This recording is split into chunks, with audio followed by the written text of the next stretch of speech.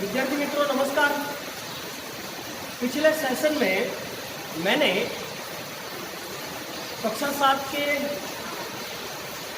पहले चैप्टर में यूनिट 1 में मैंने विनी स्माइल में ये एक पोएम है, इसकी 2 लाइनों का अर्थ मैंने आपको समझाया था। और अब आगे की पोएम मैं आपको समझा रहा हूँ। पहली 2 लाइनें थी, this is the bag the little one bought, this is the bag the little one bought, this is the butterfly the little one caught. यानी ये वही बैग है, लिटिल वन बच्चे के लिए उपयोग किया गया शब्द है। दिस इज द बैग, ये वही बैग है, द लिटिल वन बॉट कि जो बच्चे ने खरीदा था। दिस इज द बटरफ्लाई, ये वही तितली है, द लिटिल वन कॉट कि जो छोटे बच्चे ने पकड़ी थी। अब आगे की 2 लाइनों का भावार्थ हम देखते हैं, सीखते हैं। दिस इज द काइट,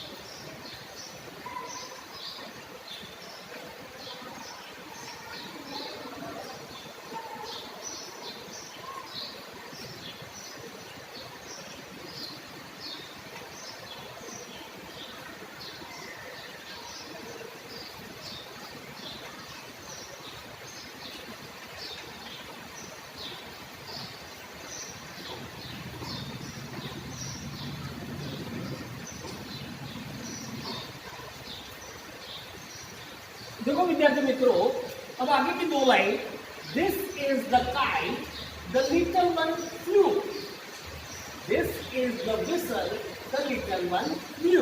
अब आपने देखा होगा अंतिम 2 शब्दों को देखिए मित्रों, तो फ्लू और ब्लू। तो फ्लू का मतलब होता है ये पास्ट टेंस है, भूतकाल का रूप है फ्लाई का, फ्लाई यानी उड़ाना।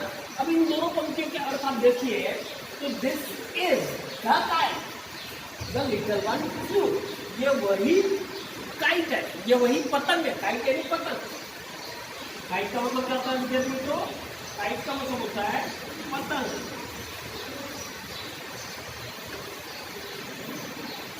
This is the kite the little one flu.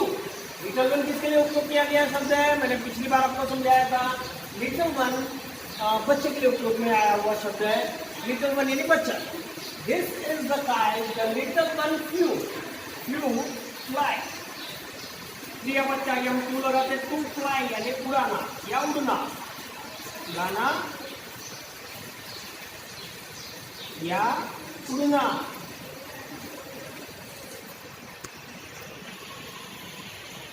अब इसके भूतकाल का रूप है, भूतकाल का रूप फ्लू, फ्लाई, फ्लू, फ्लाई के भूतकाल का रूप है फ्लू और इसका भूतकाल है फ्लोर, बराबर। This is the kite the little one flu, this is the whistle. Whistle का मतलब क्या होता है?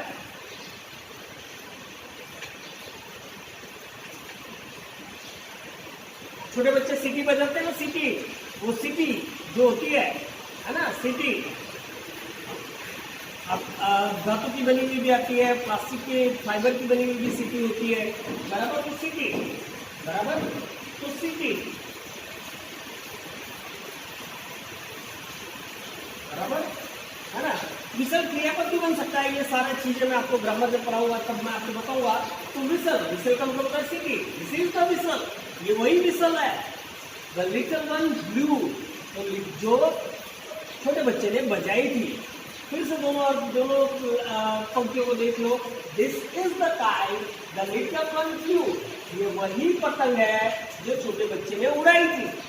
दिस इज द विसल ये वही सीटी है जो छोटे बच्चे ने बजाई थी। बराबर। तो फ्लाई, फ्लाई का भूतकाल है फ्लू और फ्लाई का भूत कृदंत है फ्लोर। मतलब कि भूतकाल, यहाँ पर फ्लू शब्द है, उसने उड़ाया था, पतंग उड़ाई थी, फ्लू। यहाँ पर दिस इज द विसल, ये वही विसल है जो छोटे बच्चे ने बजाई थी, है ना। तो ब्लो यानी बजाना, ब्लो का मतलब फूंक मारना भी होता है, ब्लो का मतलब कभी कभी पीटने के सेंस में भी आता है। तो ब्लो यहाँ पर बजाना, टू ब्लो बजाना, सीटी वगैरह के लिए। बराबर, सीटी वगैरह के लिए, सीटी के लिए इस्तेमाल होता है, विसल के लिए इस्तेमाल होता है। दिस इज द विसल, ये वही विसल है, ये वही सीटी है जो छोटे बच्चे ने बजाई थी। तो विद्यार्थी मित्रों, बहुत अच्छी पोएम है ये। पहली दो पंक्तियां, this is the bag the little one bought, this is the butterfly the little one caught, this is the kite the little one flew, this is the whistle the little one blew। तो इन दोनों पंक्तियों का अर्थ और इनमें रहे शब्दों को आप समझ गए होंगे। अब आगे की दो पंक्तियां मैं करवाता हूं।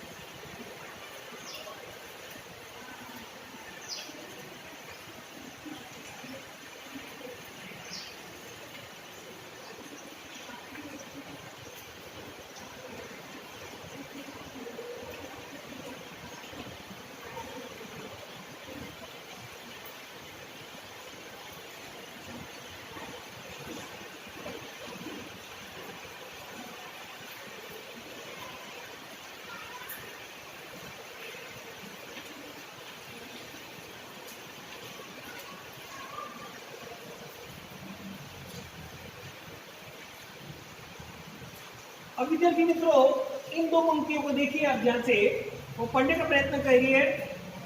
तीसरी दो पंक्तियां हैं। This is the bag the little one rank. Third stanza में दो पंक्तियां, this is the bag the little one rank, this is the song the little one सैंग। Again, फिर से देखिए विद्यार्थी मित्रों, यहाँ पर रैंग है और यहाँ पर सैंग है। ये दोनों कैसे हैं? समान उच्चार वाले हैं, तो ये राइमिंग वर्ड्स बोले जाएंगे। तो राइमिंग वर्ड्स का उपयोग कविताओं में किया जाता है, पोएम्स में किया जाता है। This is the bag the little one wrong, this is the song the little one सैंग। अब दिस इज द बैल, बैल का मतलब होता है घंटी। आपने देखी होगी ना स्कूल में, नीचे घंटी लगी हुई है, तो घंटी, तो ये वही घंटी है, घंटी या घंटा। दिस इज द बैल, ये वही घंटी है।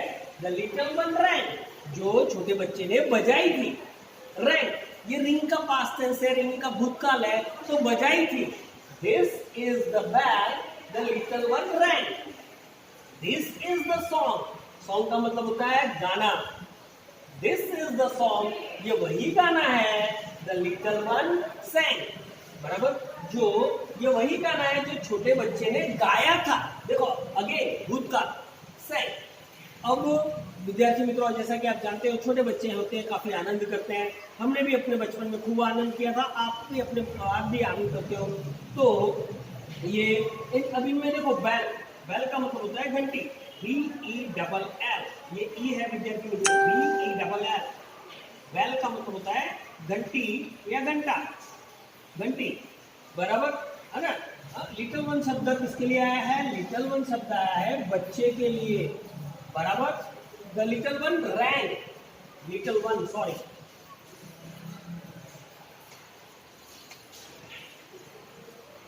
बराबर, rang, ring, to ring, RING, ring यानी बजाना।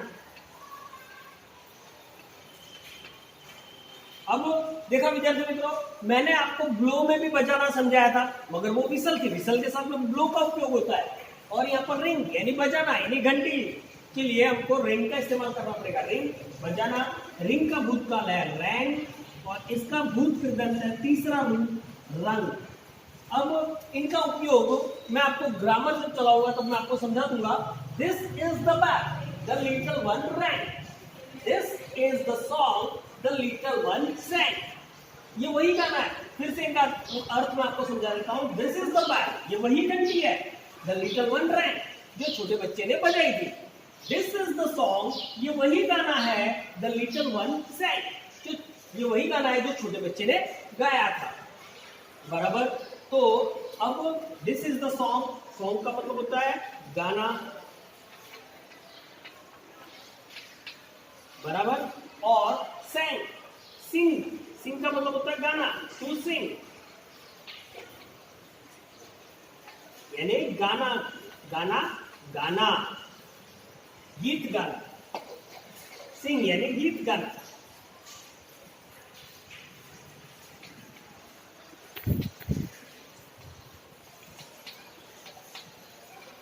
बराबर, तो सिंग इसका भूतकाल sang,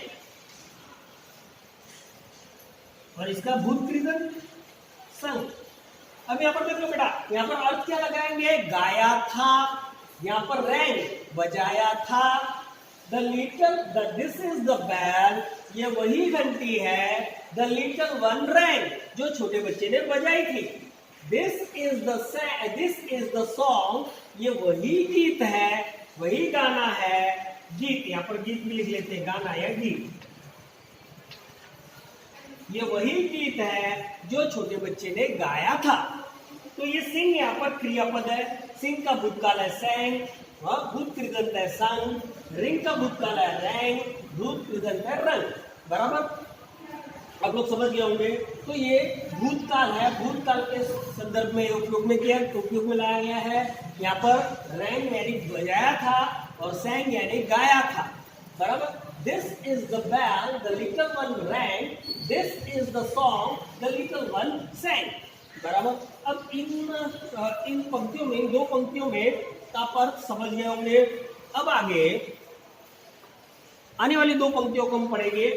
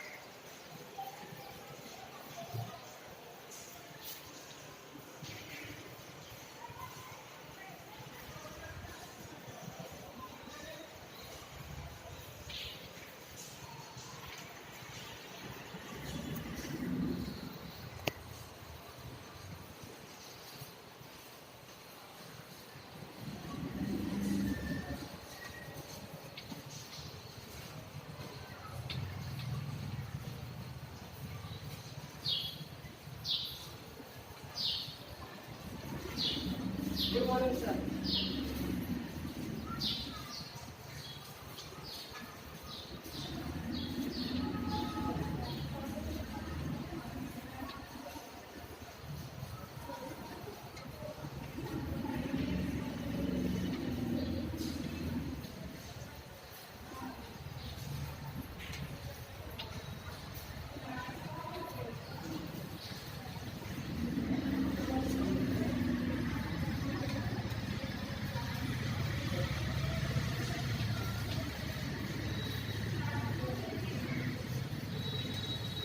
देखो विद्यार्थी मित्रों, यहाँ पर दो पंक्तियां देखो, white and black and green and red, white and black and green and red, these are the words the little one read, फिर से white and black and green and red. These are the words the little ones read. अब यहाँ पर देख लो बेटा बच्चों, यहाँ पर देखो व्हाइट ये कलर का नाम है, सफेद रंग का नाम है व्हाइट, एंड ब्लैक सफेद एंड का मतलब होता है और, सफेद और काला, ब्लैक यानी काला, और ग्रीन, ग्रीन का मतलब क्या होता है हरा, और रेड, रेड का मतलब होता है लाल. व्हाइट एंड ब्लैक सफेद और काला, एंड ग्रीन एंड रेड और हरा और लाल. These are the words, ये वही शब्द है, वर्ड्स का मतलब होता है शब्द. These are the words the little ones read. यहाँ पर देखो यहाँ पर बहुवचन कर दिया the little ones यानी बच्चे. These are the words, ये वही शब्द है जो छोटे बच्चे पढ़ते हैं, सॉरी जो छोटे बच्चे ने पढ़े या छोटे बच्चों ने पढ़ा था. यहाँ पर रीड का भूतकाल का उपयोग है रेड, बराबर. देखो अब यहाँ पर अगेन फिर से रेड यानी कलर लाल, और रीड का भूतकाल रेड, रेड ये दोनों कैसे हो गए, राइमिंग वर्ड्स हो गए, समान उच्चार वाले शब्द जिनका कविताओं में उपयोग किया जाता है. तो व्हाइट, व्हाइट का मतलब क्या होता है बेटा, व्हाइट का मतलब होता है WHITE, व्हाइट का मतलब होता है सफेद. ब्लैक, ब्लैक का मतलब होता है काला, सफेद रंग, ब्लैक काला रंग, और ग्रीन, ग्रीन का मतलब होता है हरा रंग, और रेड, रेड का मतलब होता है लाल रंग.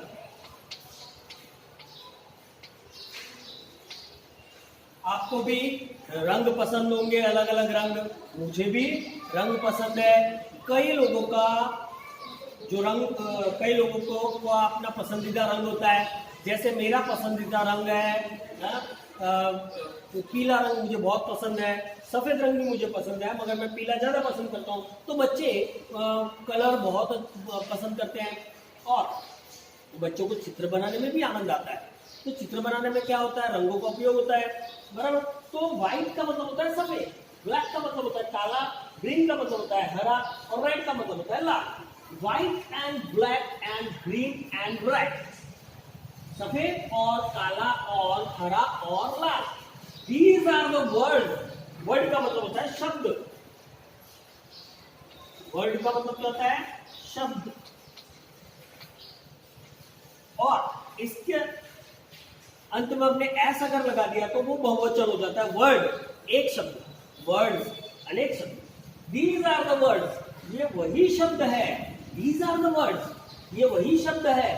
The little ones, यहाँ पर देखो बहुवचन कर दिया, the little ones यानी बच्चे. रेड, अब यहाँ पर रेड कैसे है, तो रीड का भूतकाल, टू रीड यानी पढ़ना, टू रीड यानी पढ़ना, टू रीड यानी पढ़ना. इसका भूतकाल है रेड. ये रेड पढ़ा जाएगा बाद में, जो इसकी स्पेलिंग है, बराबर, वो उसी तरह की रीड, स्पेलिंग समान मगर उच्चार अलग अलग. रीड, रेड, रेड, ये भूतकाल, और इसका भूतकाल यानी तीसरा रूप वो भी red. These are the words the little ones read. ये वही शब्द है जो छोटे बच्चों ने पढ़े थे, बराबर. तो पढ़े थे ये भी भूतकाल है. तो इन दो पंक्तियों का अर्थ भी आपको समझ में आ गया होगा मित्रों, बराबर. मैं आपसे फिर से अनुरोध करूंगा कि आप घर पे थोड़ा समय निकाल कर आप अंग्रेजी पढ़ लिया करें, बराबर. तो उससे आपको काफी फायदा होगा. और जो मैं पढ़ाता हूँ, आप होमवर्क में आपको क्या करना है बेटा, होमवर्क में जितना पढ़ाया उतना ही आप रिवाइज कर लिया करें, यानी पुनरावर्तन कर लिया करें, तो काफी होगा. अब आगे की दो पंक्तियां,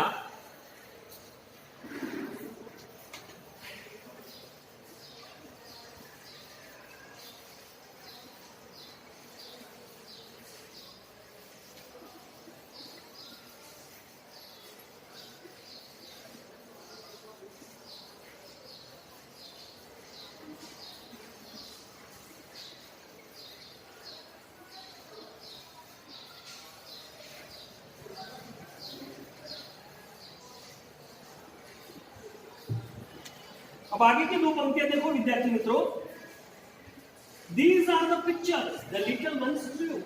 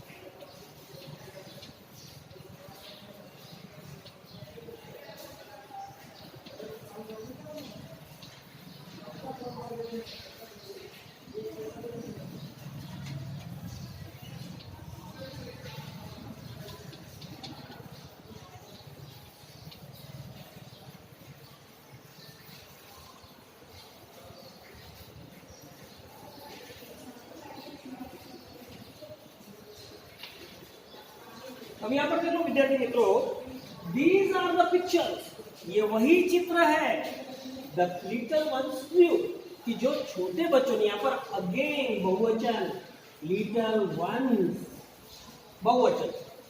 these are the pictures, pictures का मतलब होता है चित्र। These are the pictures the little ones drew, draw का भूतकाल है ड्रू, बराबर। All these things the little ones knew. फिर से मैं पढ़ रहा हूं, आप ध्यान दो। देखिए मैं जो उच्चार करता हूं उसको, उसकी तरफ जरा ध्यान दीजिए करें, बराबर। तो जो मैं पढ़ा, जितना भी मैंने पढ़ाया है बच्चों, उसका रिवीजन कर लिया करें। These are the pictures the little ones drew, all these things the little ones knew. These are the pictures, ये वही चित्र है। पिक्चर, चित्र, पिक्चर का मतलब होता है चित्र। पिक्चर, पिक्चर का मतलब होता है चित्र। पिक्चर का मतलब होता है चित्र। और यहां पर देखो बच्चों एस लगा है, तो क्या होता है शब्द में एस लगाने, किसी संज्ञा के पीछे एस लगाने पर, नाउन के पीछे एस लगाने पर उसका बहुवचन हो जाता है पिक्चर। पिक्चर का मतलब होता है चित्र। यहां पर बहुत सारे चित्र, बहुवचन, पिक्चर का बहुवचन picture. These are the pictures the little ones, बच्चे। These are the pictures the little ones drew, ये वही चित्र है जो बच्चों ने ड्रॉ किए थे, यानी बनाए थे। चित्र बनाना, ड्रॉ, ड्रॉ का भूतकाल है ड्रू, बराबर। ड्रॉ, टू ड्रॉ, ड्रॉ का मतलब होता है चित्र बनाना, चित्र बनाना। और इसका भूतकाल है Drew, DREW, draw, Drew, draw. इसका तीसरा रूप है ड्रॉ, बराबर। अब ये तीसरे रूप का क्या उपयोग होता है, फिर से मैं कहूंगा कि जब ग्रामर में पढ़ाऊंगा तब ये भूतकाल का और भूत कृदंत का उपयोग मैं आपको सिखा दिया करूंगा। ड्रॉ, ड्रॉ मतलब चित्र बनाना, ड्रॉ का भूतकाल ड्रू, और ड्रॉ का तीसरा रूप भूत कृदंत यानी draw. These are the pictures, ये वही चित्र है, the little ones, बच्चों ने, ये वही चित्र है जो बच्चों ने बनाए थे। ड्रॉ का भूतकाल है, राइट? तो भूतकाल है तो हम क्या बोलेंगे, बनाया नहीं, बनाया था या बनाए थे। These are the pictures the little ones drew, all these things, ये सारी चीजें the little ones knew, ये सारी चीजें जो बच्चे जानते थे। नो का नो यानी जानना, नो यानी जानना, नो यानी जानना, बराबर। ऑल दीज थिंग्स, नो का भूतकाल होता है बेटा न्यू, और भूत कृदंत होता है इसका नोन। अब ये बेटा ये भूत कृदंत और ये सारी चीजें किताब में नहीं दी गई है, मैं बता रहा हूं आपको। तो ड्रॉ का भूतकाल होता है ड्रू और उसका भूत कृदंत होता है ड्रॉ। तो उसी तरह से नो का भूतकाल होता है न्यू और भूत कृदंत होता है नॉन, बराबर, नोन। तो ये किताब में नहीं दी गई है, हालांकि किताब आपके पास पहुंच गई होगी, नहीं होगी तो आप स्कूल से ले सकते हैं। तो दीज आर द पिक्चर्स, फिर से these are the pictures, ये वही चित्र है the little ones drew, जो छोटे बच्चों ने बनाए थे। all these things, ये सारी चीजें जो अभी मैंने कविताओं में बताई, आपको कविता में, पोएम में मैंने बताई, all these things, ये वही चीजें हैं। all these things, ये सारी चीजें, इन सारी चीजें जो ऊपर की मैंने अभी बात की थी, जो कविता की अलग अलग लाइनों में मैंने बताया, वो सारी चीजें the little ones knew, वो बच्चे जानते थे। बराबर, तो बहुत ही अच्छी ये पोएम है। बराबर, बच्चे की भावना व्यक्त की गई है। बराबर, आप भी बच्चे हो, मैं भी बच्चा था, हम बचपन में काफी आनंद करते हैं। और ये सारी चीजें जैसे कि तितलियां पकड़ना, बराबर, उसके बाद में पतंग चढ़ाना, उसके बाद में घंटी बजाना, उसके बाद में कलर्स का रंगों का उपयोग करना, ये हमको आनंद आता है। तो कविता में कवि को इंग्लिश में बोलते हैं पोएट। बराबर, कवि को क्या बोलते हैं? पोएट। और कविता को क्या बोलते हैं? पोएम। तो ये पोएम में कवि ने अपने बचपन के लिए, मतलब अपने बचपन को व्यक्त किया है। बराबर, ये सारी चीजें मैंने आपको आज समझाई। और मैं आपसे अनुरोध करूंगा मित्रों कि आप घर पर जो मैंने अभी पढ़ाया आपको, उसका रिवीजन कर लिया करें, उसको देख लिया करें। जिस तरह से मैं उच्चार करता हूँ उस तरह से आप भी उच्चार करा करें। बराबर, तो अंग्रेजी जरूर आएगी। और मैं आपको कुछ सूचनाएं देना चाहता हूँ। विद्यार्थी मित्रों, देखिए, एक भयंकर बीमारी फैली हुई है जिसका नाम है कोरोना। बराबर, उस वायरस का नाम है कोविड-19। अब वायरस कैसे होते हैं विद्यार्थी मित्रों? वायरस, बैक्टीरिया, ये क्या है? बहुत ही सूक्ष्म जीव है, बहुत ही सूक्ष्म, माइक्रो ऑर्गेनिजम्स बोलते हैं, बहुत सूक्ष्म जीव। ये हमको आंखों से देखे नहीं जा सकते, काफी छोटे होते, काफी छोटे। बराबर, तो ये कोविड-19 वायरस के कारण ही कोरोना की बीमारी फैली हुई है। तो विद्यार्थी मित्रों, आपको क्या करना है? तो आपको घर से बाहर जरूरत के बिना निकलना नहीं। बहुत अति आवश्यक कार्य हो तो ही बाहर निकलिए करिए। और दूसरा, किसी भी चीज को छूने से पहले, छूना नहीं है, अनजान चीज है या कोई भी चीज है, अगर कोई चीज आपको देता है तो आपको क्या करना है? अपने हाथ सैनिटाइज कर लेना है, मुंह पर आपको मास्क बांधना है।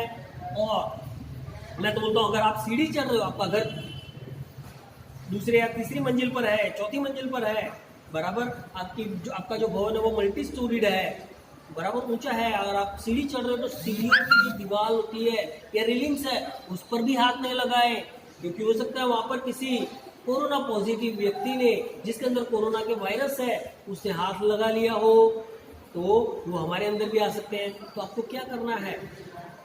बने वहां तक आप चीज़ों को छुआ मत करिए।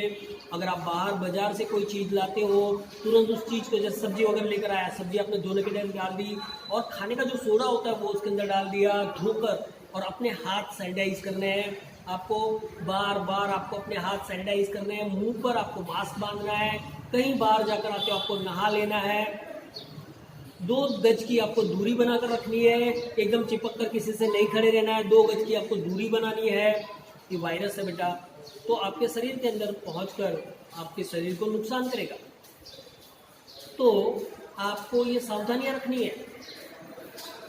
मुंह पर मास्क हमेशा, बाहर निकलो मुंह पर मास्क होना चाहिए, बार बार हाथ धोना है, हमें कोई छू न ले या हम किसी को छू न जाए, उन सब चीज़ों का ध्यान रखना है। अगर आप इतना करते हो तो आप नक्की ही कोरोना को हरा पाओगे। तो ये चीज़ें थी मित्रों, ये चीज़ें मैंने आपको बताई, आप इसका ध्यान रखिए। आगे के सेशन में मैं और इसका जो स्वाध्याय है, जो इसकी एक्सरसाइज है, वो मैं करवाऊँगा। तब तक के लिए धन्यवाद।